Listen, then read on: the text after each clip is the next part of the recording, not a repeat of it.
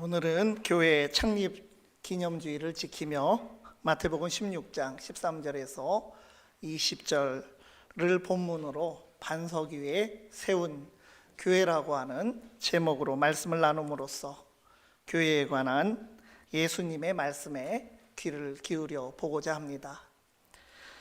교회를 영어로는 처치라고 합니다.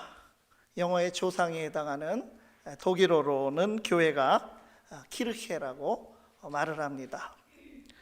이 말은 순수 독일어가 아니라 그리스어, 헬라어에서 온 말인데, 헬라어 퀴리오스, 주님이라고 하는 말의 형용사에서 온 말이 바로 키르케이고, 이것이 영어에서 처치라고 하는 교회가 된 것입니다. 이처럼 교회는 주님의 교회라고 하는 기본 생각이 영어나 독일어를 사용하는 사람들의 기본 생각인 것입니다. 그와 비교해서 특이하게도 신약성경의 언어인 헬라어로 교회라고 하는 말은 에클레시아라고 하는 말입니다. 이 말의 말 그대로의 뜻은 부르심을 받아 나온 모임, 초대받아 나온 모임이라고 하는 뜻입니다. 에크하면 아웃 오브, 어디서 나왔다, 건져내었다라는 뜻이고, 클레시아라고 하는 말이 바로 모였다라고 하는 뜻입니다. 주님의 부르심을 받은 사람들의 모임이 교회입니다. 오늘 본문에는 이 에클레시아라고 하는 말, 신약성경의 내복음서 전체에서 마태복음에만 예수님의 입에서 교회라는 말이 나온 것을 보고하고 있는데, 그 두 구절 중에 하나인 16장 18절이 오늘 본문 속에 포함이 되어 있습니다. 예수님께서는 반석 위에 교회를 세우리라고 말씀하셨습니다. 내가 내 교회를 세우리니라고 하셨으니, 교회는 주님이 세우신 것이고 주님께 속하여서 주님이 이끄시는 것이 교회입니다. 그런데 특이한 것은 주님께서 교회를 세우시되 반석 위에 세운다고 말씀하신 것입니다. 반석은 말 그대로 바위라고 하는, 기초가 되는 든든한 바위라고 하는 뜻인데, 주님의 부름받은 사람들의 모임인 교회를 건물에 비유해서 반석 같은 기초 위에 교회를 세우리라고 예수님께서 말씀을 하신 것입니다. 오늘 우리가 창립 기념 주일을 지키며 우리가 섬기는 주님의 교회는 어떠한 반석 위에 세워지고, 또 그 반석 위에 세워진 교회는 어떤 공동체가 되어야 하겠습니까? 첫째는, 반석 위에 세운 교회는 고백의 공동체로 든든히 서야 합니다. 베드로가 예수님 앞에서 세 번의 고백을 한 것이 서로 다른 복음서 저자들의 기록 속에서 각각 전해지고 있습니다. 누가복음은 맨 처음 주님을 베드로가 배웠을 때에 주여 나를 떠나소서, 나는, 좀 비춰주시죠, 나는 죄인이로소이다, 이렇게 고백한 것을 기록했고, 마태복음은 오늘 본문 기록대로 베드로가 당신은 그리스도시요 살아계신 하나님의 아들이시니이다 라고 고백한 것, 이 믿음을 고백한 것을 기록했고, 요한복음은 주님을 배신했던 베드로가 부활하신 주님과 다시 만나서 내가 주를 사랑하는지 주께서 아시나이다 라고 고백한 것을 기록하고 있습니다. 누가복음에 나오는 맨 첫 고백이 주님을 만나서 나는 누구인가를 알게 된, 그리고 죄인임을 회개하는 고백이었다면, 제자가 된 후의 고백인 그 마태복음의 고백은 주님이 누구신가를 믿고 그리스도이시며 하나님의 아들이시라고 하는 신앙을 고백한 것이고, 또 부활하신 주님을 만난 그 부활 이후의 고백은 주님과 베드로의 관계에 대한 사랑의 고백이었습니다. 언급한 대로 오늘 본문 16절에는 베드로의 신앙 고백이 나옵니다. 주는 그리스도시요 살아계신 하나님의 아들이시니이다. 이 신앙 고백은 두 가지 고백을 담고 있다고 했습니다. 하나는 예수님께서 하나님의 독생자, 하나님의 아들이시면서 낮고 천한 인간이 되신 분이시다라고 하는 것을 고백한 것이고, 또 하나는 예수님께서 기다리던 메시아 그리스도, 이스라엘을 회복하시고 하나님의 백성을 구원하여 주실 그리스도이심을 정확하게 고백한 것입니다. 주님의 부르심을 받고 모인 우리는 예수님께서 그리스도이시고 또 하나님의 아들이신 우리의 구원자가 되시며 또 우리를 하나님께로 인도하는, 우리를 하나님의 똑같은 자녀가 되게 하시는 그 그리스도이시며 하나님의 아들이라고 하는 이 고백을 붙들어야 하는 것입니다. 우리에게 이 고백이 없다면 우리는 주님과 아무런 관계가 없는 것입니다. 예수님께서는 17절에서 이러한 고백이 그저 사람의 생각에서 나온 것이 아니다. 내가 복이 있도다 이를 내게 알게 하니는 혈육이 아니요 하늘에 계신 내 아버지이시니라. 이렇게 베드로에게 축복을 주시며 이 고백이 사람이 아니라 하나님으로부터 하나님의 영으로 말미암은 고백임을 확인하여 주셨습니다. 우리가 가장 큰 복인 주님을 알게 하신 그 믿음의 복으로 부르심 받아서 모였다고 하는 것, 이것에 우리가 먼저 감사할 수 있기를 바랍니다. 교회의 기초가 되는 반석은 바로 이 신앙 고백에 있습니다. 18절 말씀에 너는 베드로라 내가 이 반석 위에 내 교회를 세우리니. 베드로의 고백을 들으신 예수님께서 반석 위에 교회를 세우겠다고 말씀하실 때 교회의 기초로 말씀하신 반석은 그 문장의 문법 그대로 본다면 바로 앞에 나오는 베드로를 가리킵니다. 예수님께서는 그때까지는 시몬이라고 하는 이름을 가졌던 베드로를 향해서 이제부터 너는 베드로라, 예수님이 실제 사용하신 아람어로는 게바다라고 이름을 붙여주셨습니다. 그런데 그 뜻이, 이 베드로 게바라고 하는 뜻이 반석이라고 하는 뜻입니다. 그러니까 예수님의 말씀은 베드로에게 너는 이제부터 반석 페트로스이고 내가 이 반석, 이 페트라 위에 교회를 세운다고 말씀하신 것입니다. 여기서 반석이라는 이름을 받아서 교회의 기초인 반석이 되는 베드로는 그저 그 한 개인으로서의 베드로가 아니라는 것입니다. 반석이라고 하는 것은 당신은 그리스도시요 살아계신 하나님의 아들이십니다라고 고백하는 사람으로서의 그 베드로를 말하는 것입니다. 예수 그리스도이시며 하나님의 아들로 고백하는 사람들 위에 교회는 든든히 서 있는 것입니다. 그 신앙 고백의 내용이며 목적이신 예수 그리스도 그 반석 같은 기초 위에 교회가 세워져 있다고 하는 것입니다. 주님께서는 바른 신앙 고백을 하는 사람들을 기초로 삼아서 그 믿음의 반석 위에 교회를 세우시겠다고 하셨습니다. 수많은 종류의 모임이 있고 단체가 있지만 교회는 예수 그리스도에 대한 바른 신앙 고백이 있어야 그것이 교회인 것입니다. 교회라고 하면서 만일 신앙 고백이 잘못되면 교회가 기초부터 흔들리게 되는 것입니다. 교회의 기초는 신앙 고백이며 교회는 신앙 고백을 분명히 하는 사람들의 모임입니다. 그러므로 우리 한 사람 한 사람이 성자 예수 그리스도, 구원자 되신 예수 그리스도에 대한 신앙을 진실되게 고백할 수 있어야 합니다. 그리스도이시며 하나님의 아들이신 예수님을 믿는 신앙 고백의 반석 위에 굳게 서는 교회가 될 수 있기를 바랍니다. 두 번째로 반석 위에 세운 교회는 승리의 공동체입니다. 주님께서는 교회를 세우리라고 말씀하시면서 약속들을 함께 주셨습니다. 그 한 약속이 18절 끝에 나옵니다. 너는 베드로라 내가 이 반석 위에 내 교회를 세우리니 음부의 권세가 이기지 못하리라.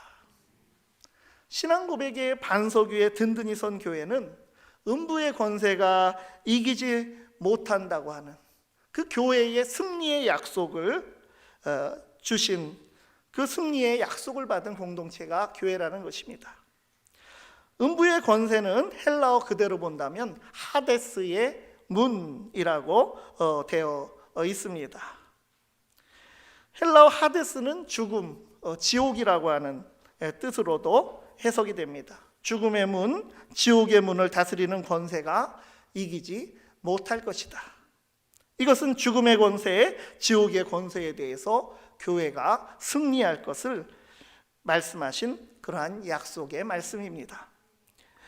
살아계신 하나님의 아들이신 예수 그리스도께서 교회의 주인이 되시고 세우시고 이끄시는 교회, 우리를 사랑하시어 십자가에 죽으시고 죽음의 권세를 이기시고 부활하신 주님을 굳게 믿는 고백을 하는 자들 위에, 그 든든한 반석 위에 세워진 교회가 죽음의 권세, 지옥의 권세 이기고도 남는 것입니다.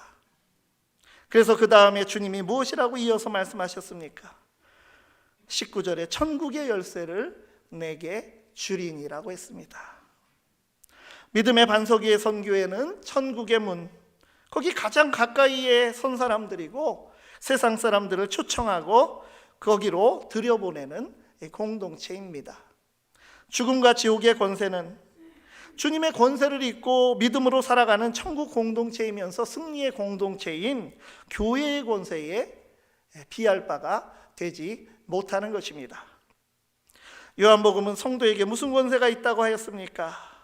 요한복음 1장 12절에 영접하는 자 곧 그 이름을 믿는 자들에게는 하나님의 자녀가 되는 권세를 주셨으니, 성도는 하나님의 자녀가 되는 권세를 가진 자들입니다.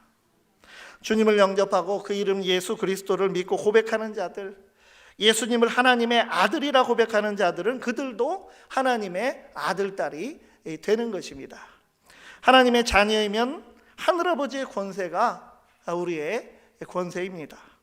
하나님의 자녀된 권세로 모든 문제 앞에 우리가 당당히 서게 될 때 우리를 괴롭히던 음부의 권세, 죽음의 권세, 지옥의 권세는 우리를 이기지 못할 것입니다.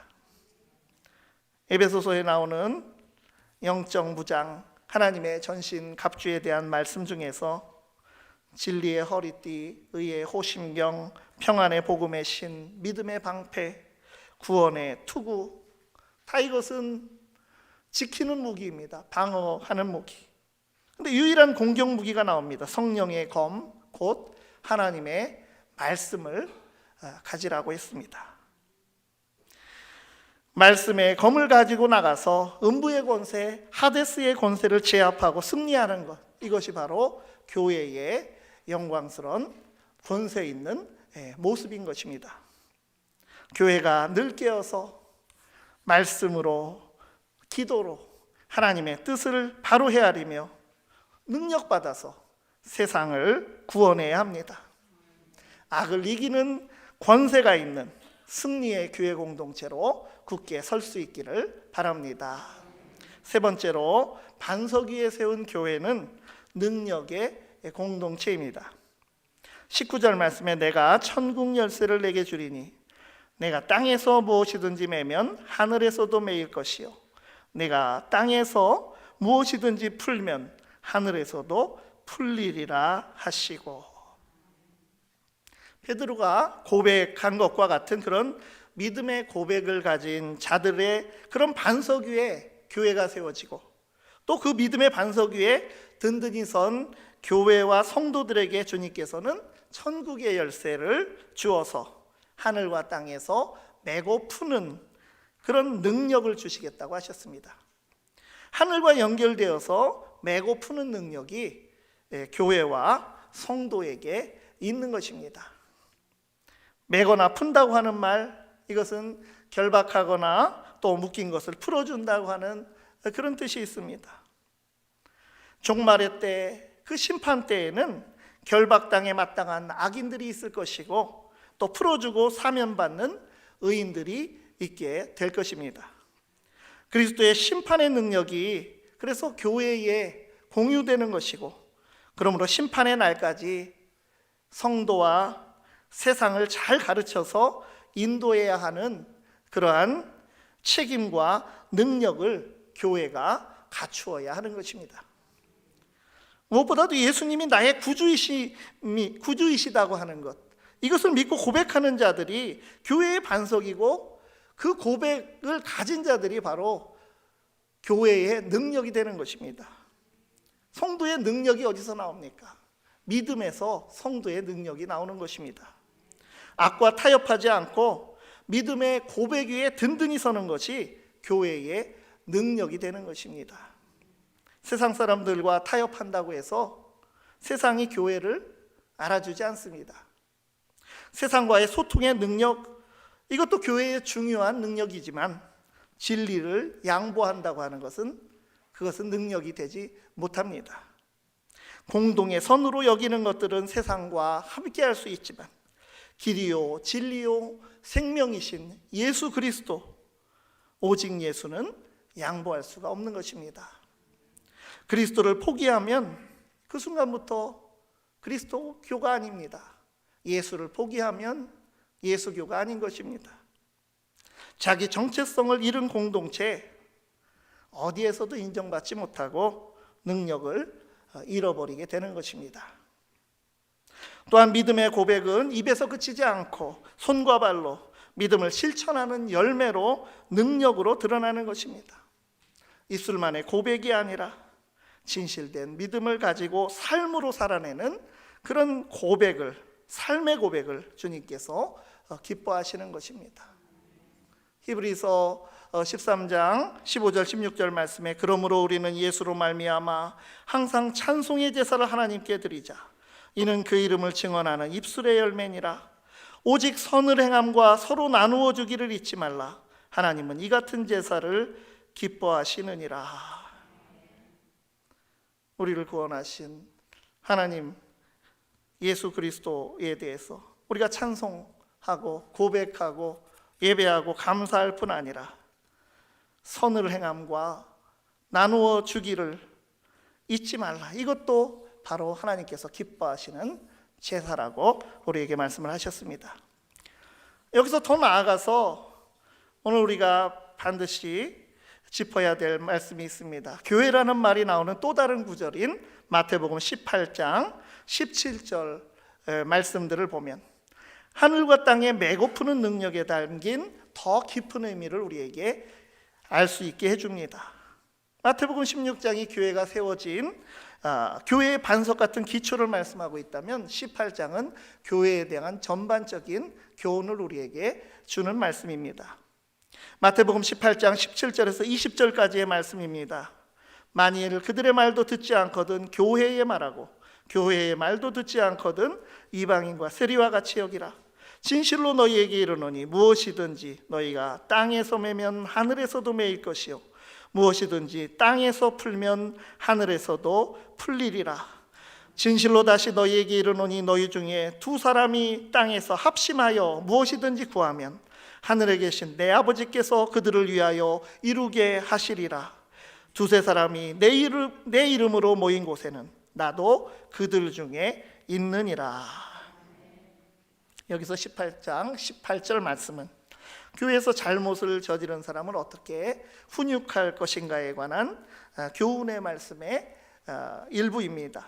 그런데 교회가 가진 능력과 권위를